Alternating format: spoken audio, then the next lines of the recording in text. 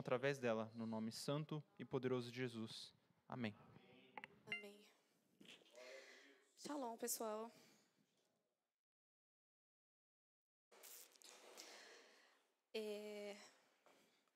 Hoje a gente vai falar um pouquinho sobre o arrependimento. Na Bíblia, ela tem um monte de histórias de como foi vários reinos, como o comportamento do povo de Israel, e sempre tinha o Senhor dando a oportunidade do povo de Israel se arrepender. Vinha reis, vinha inimigos, o povo se desviava, mas o Senhor sempre estava ali, chamando novamente para o arrependimento, para cumprir as suas leis. Leis que nos ajudam a viver felizes e seguros na sua presença. Né? E o povo só sofreu por causa dessa rebelião que eles tiveram com o seu próprio Deus. Eles se recusaram a ouvir as palavras do Senhor, escarneceram uns dos outros e esqueceram do próprio amor, do seu próprio Deus, que é o amor. E, infelizmente, a gente vive dias semelhantes a isso. A história se repete em momentos diferentes da história do mundo. Né? E nós, aqueles que conhecem a palavra, precisam estar atentos para sempre voltar ao arrependimento. Né? Em Marcos 12, do 28 ao 34, diz assim: Aproximou-se dele um dos escribas que os ouvira discutir, e percebendo que lhes havia respondido bem, perguntou-lhe: Qual o principal de todos os mandamentos? Jesus respondeu: O principal é: Ouve, Israel, o Senhor é o nosso Deus. O Senhor nosso Deus é o único Senhor. Amarás o Senhor teu Deus de todo o coração, de toda a alma, de todo entendimento e de todas as forças.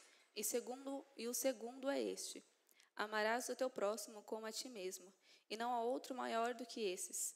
E o escriba lhe disse: Muito bem, mestre. É verdade que ele é o único Deus, e que além dele não há outro, e que amá-lo de todo o coração, de todo entendimento e de todas as forças, e amar o próximo como a si mesmo. Vale mais do que todos os holocaustos e sacrifícios. Vendo ele havia respondido com sabedoria, Jesus lhe disse: Não está longe do reino de Deus, e ninguém mais ousava interrogá-lo. Em Mateus, Jesus fala que desses dois mandamentos toda a lei e os profetas se baseiam. E se a gente for ver os livros de Êxodo, Isaías, Jeremias, não são livros, ou Deuteronômio ou Juízes, não são livros fáceis de se ver, porque a gente vê muita maldade do ser humano ali. Homens entregando os seus próprios filhos a outros deuses, o próprio povo discutindo com o Senhor e questionando se o Senhor realmente o amava. Isso só aconteceu porque o povo se afastou. Não conseguia reconhecer o seu próprio Deus. E quando a gente começa a se afastar do Senhor, começa a esfriar o nosso amor por Ele. E a gente não consegue mais ter desejo pela Sua palavra. E esse é um dos alertas que, estudando a palavra, o Senhor começou a falar bastante comigo. Que às vezes a gente se acostuma a ir à igreja. A gente se acostuma a assistir cultos. E esquece de sentir a presença do Senhor, de se relacionar com Ele. Na sua graça e misericórdia. Que a lei, os mandamentos que o Senhor deu, não é pesado para aqueles que o amam, porque dali consegue desfrutar da graça do Senhor. E é engraçado que todos os apóstolos ouviam dessas palavras, todo o povo de Israel conhecia essas palavras. E hoje todo mundo conhece as leis do Senhor. Algumas leis nossas também se baseiam nesses mandamentos, né? Não tem como a gente falar que a gente é indesculpável, eu não conhecia, Senhor. Nós sabemos muito bem o que está acontecendo. Né? E para a gente ver como a gente está mesmo, como está a situação do nosso coração, a gente é sempre provado com alguma situação difícil. Muito, muito difícil. E a gente está passando uma situação difícil. Com tudo o que está acontecendo, como foi o seu coração? Não precisa me responder, porque eu não gosto de expor ninguém. Mas será que o nosso coração estremeceu, falando, Senhor, você não veio nos salvar, você não levantou o justo. O Senhor não veio com justiça. Mas aqueles que confiam em carros e cavalos não desfrutam da segurança do Senhor. Se o nosso coração está assim, então o nosso coração não está direcionado nele. Confesso que eu fiquei meio abaladinha, mas depois eu me arrependi e falei, Senhor, meu coração continua sendo Senhor. Em Romanos 2, do 1 ao 16, diz assim: Portanto, quando julgas, és indesculpável, ó homem, seja quem for, pois te condenas naquilo em que julgas o outro. Pois tu que julgas pratica os mesmos atos. Mas nós sabemos que o julgamento de Deus é de acordo com a verdade contra os que praticam tais atos. E tu, ó homem, que julgas os que praticam tais coisas, mas fazem o mesmo, pensas que escaparás do julgamento de Deus? Ou despreza as riquezas da sua bondade, tolerância e paciência, ignorando que a graça de Deus te produz ao arrependimento? Mas segundo a tua teimosia e teu coração, que não se arrepende, acumulas ira sobre ti no dia da ira e da revelação do justo julgamento de Deus, que retribuirá a cada um segundo as suas obras. Assim, ele dará vida eterna aos que, perseverando em fazer o bem, procuram glória, honra e imortalidade. Mas dará a ira e indignação aos egoístas, aos que obedecem ao pecado em vez de obedecer à verdade. Trará tribulação e angústia a todo ser humano que pratica o mal, primeiro ao judeu, depois ao grego. Mas glória, honra e paz a todo que pratica o bem, primeiro o judeu, depois o grego e depois o grego. Pois em Deus não há parcialidade, porque todos os que sem lei pecaram, sem lei também perecerão. E todos os que sob a lei pecaram, pela lei serão julgados. Pois diante de Deus não são justos os que somente ouvem a lei, mas os que a praticam. Estes serão justificados.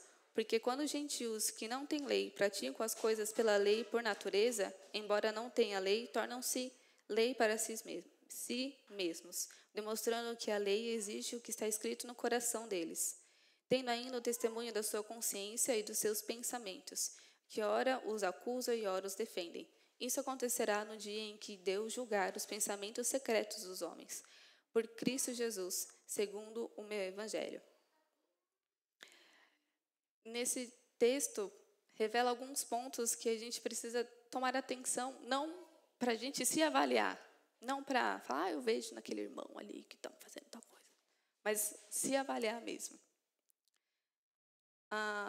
Quando a gente não consegue revelar a glória do Senhor, a expressão do caráter de Cristo em nossas vidas, estamos completamente afastados do Senhor. E a gente consegue enxergar isso no outro. Mas pela dureza do nosso coração, às vezes é muito difícil enxergar no nosso. E Deus foi mostrando alguns pontos que a gente precisa estar atento para não cair nessas ciladas. Quais são os pontos? Viver nossas próprias vontades. Às vezes a gente cria estruturas que a gente acha que é assim que vai vir a glória do Senhor. Que a gente vai aprendendo e não tem problema a gente aprender algumas coisas e deu certo naquele momento. Mas se o Senhor está falando para fazer outra coisa e aquilo tomou seu coração e você não está se baseando na palavra, aquilo tem que ser tirado do seu coração urgentemente. Só o Senhor pode tomar um lugar de primazia no seu coração, de reinado. Quando pratica idolatria, praticar idolatria não é apenas adorar um outro Deus. Às vezes pode adorar a sua própria vontade, ou adorar um ministério, uma função. É se tornar semelhante àquilo. Quando o Senhor fala que os escultores são a semelhança daquilo que fazem nas suas mãos, os deuses que eles fazem nas suas mãos, a idolatria faz isso com a gente. Mas se adoramos um Deus vivo, verdadeiro, nos tornamos a semelhança de Cristo, do Deus verdadeiro. quando a gente perde a vontade de conhecer a palavra e estar em comunhão com os irmãos. Existe O Senhor nos criou para estar em comunhão. Alguns têm uma bateria menor que os outros, mas, ainda assim, é para estar em comunhão. Mas estamos em comunhão com a palavra, com a verdade também. Porque se a gente não conhece a verdade, a gente não consegue amar o próximo. Mais que a gente busque qual é o temperamento do outro, a personalidade, faz mil e tantos outros testes. A palavra sempre vai o que une.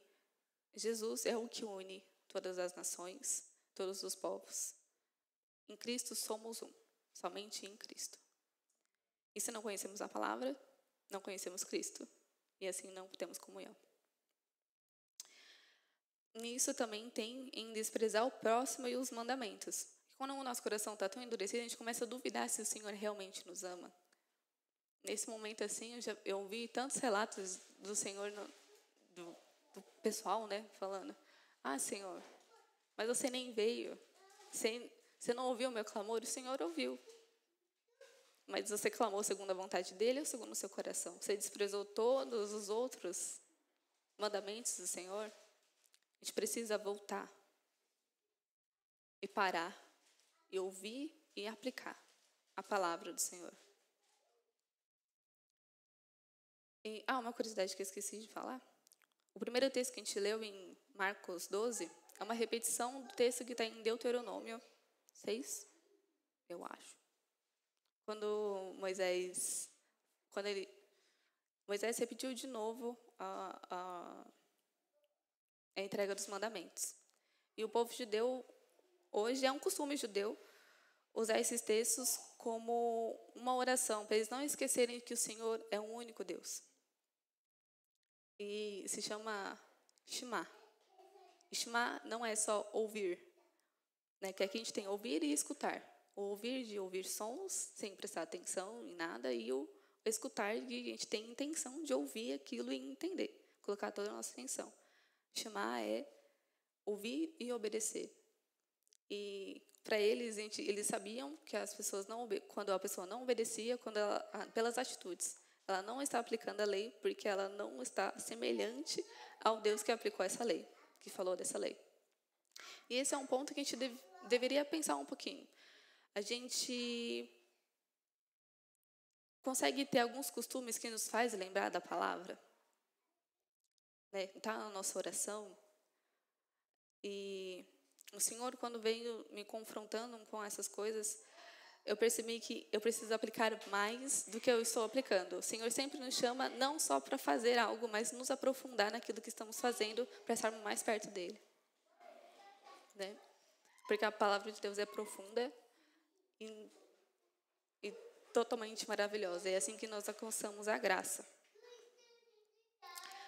E quando Jesus iniciou o seu ministério, depois da morte de João Batista, a primeira coisa que ele falou foi: arrependei-vos, pois já é chegado o reino dos céus. Como está em Marcos 4:17 e Mateus 4:17 e Marcos 1:15.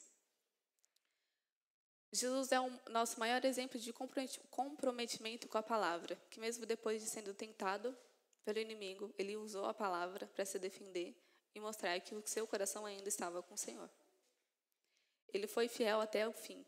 E ele inspira a gente a ser fiel até o fim, para a gente poder experimentar.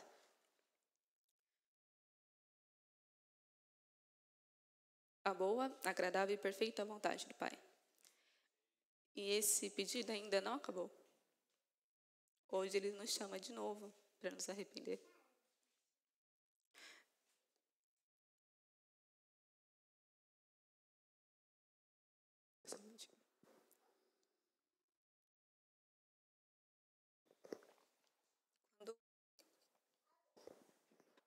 Quando a gente foi convidado para ministrar lá no Taças e Harpas, no Apóstolo Devanir, eu tive uma experiência muito engraçada, né? Eu não devia ter visto o vídeo de novo. Era melhor não ter visto.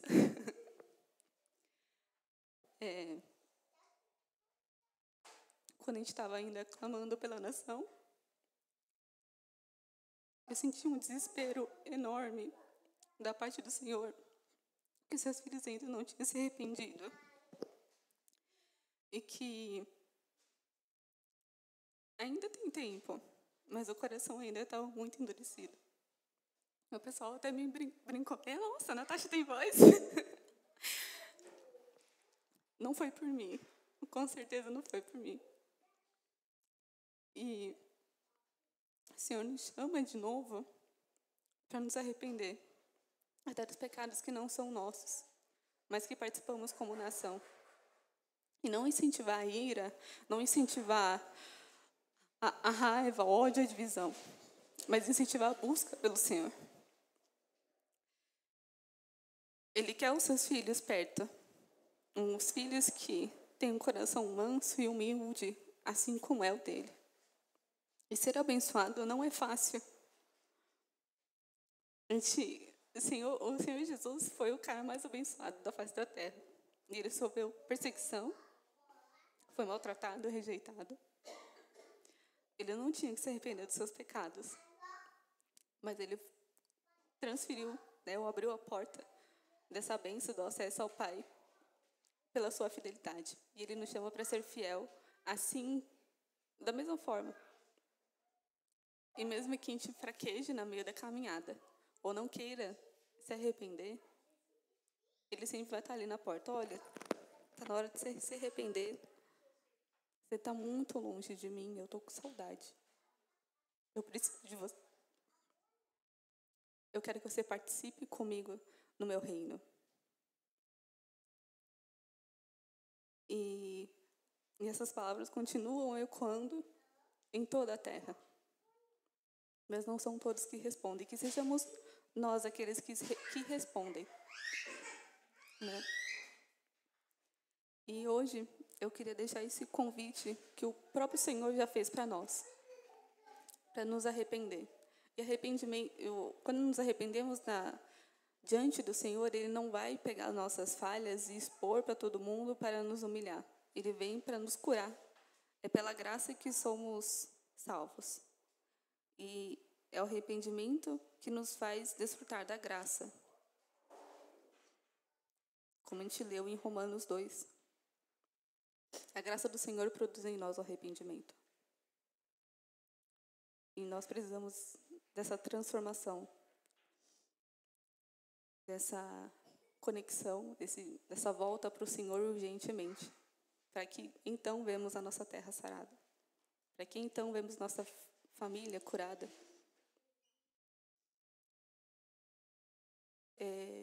Quem puder ou quiser, fique do jeito que se sentir melhor ou mais à vontade.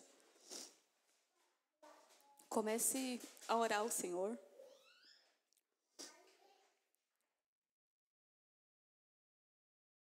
Você também em casa, não se sinta excluído. O seu convite também é para você.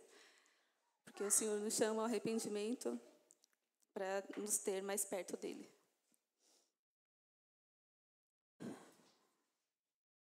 Pai, agora nesse exato momento, nos colocamos diante da sua presença, Senhor. E que ouvimos a tua palavra, ouvimos a tua voz, Senhor. E nos comprometemos a seguir todas elas, Senhor. Todos os teus mandamentos, todas as suas ordens, Senhor. Queremos voltar na aliança, Senhor, contigo. Ter essa aliança contigo de novo, Senhor. Porque sabemos que o Senhor não desistiu de nós. Por isso pedimos ajuda pelo teu Santo Espírito. Santo Espírito de Deus, toca os nossos corações novamente. Faz-nos lembrar daquilo que devemos nos arrepender. Mostra-nos onde caímos para que possamos voltar ao primeiro amor. Das vezes que nos fascinamos com o nosso trabalho, com aquilo que o Senhor colocou em nossas mãos. Pai, tem misericórdia de nós, porque nos afastamos de Ti, mas hoje queremos nos voltar para Ti, Senhor, para experimentar a Sua boa, perfeita e agradável vontade. Peço que o Senhor toque os meus irmãos também, não só os que estão aqui ou que estão assistindo, mas de toda a terra, Senhor, para que haja um verdadeiro arrependimento e que volte para Ti. Se voltem para Ti, Senhor, e reconheçam que só o Senhor é Deus. Que não são homens, não são títulos, não são funções, não são ministérios, mas é o Senhor que é Rei.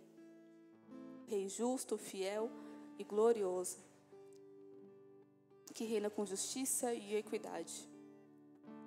Abra os olhos, Senhor, para que vejam a Ti. Abra os ouvidos para que ouçam as Tuas palavras, Senhor, e que essas palavras sejam gravadas no coração. Prepara o terreno, Senhor, do coração, para que venha frutificar cada vez mais na Sua presença, Deus. Leva-nos de volta para este lugar. Faz o nosso coração, Senhor, queimar de zelo, amor, fome, sede por Ti, Senhor, porque os dias são breves e em breve o Senhor vai estar aqui conosco, restaurando todas as coisas. E que esse dia para nós não seja um dia terrível, mas um dia glorioso e alegre na Sua presença. Em nome de Jesus eu peço, Senhor, toca-nos mais uma vez e transforma-nos para a honra e glória do Teu nome, Pai. Em nome de Jesus. Amém? Glórias, glórias a Ti, ó Rei.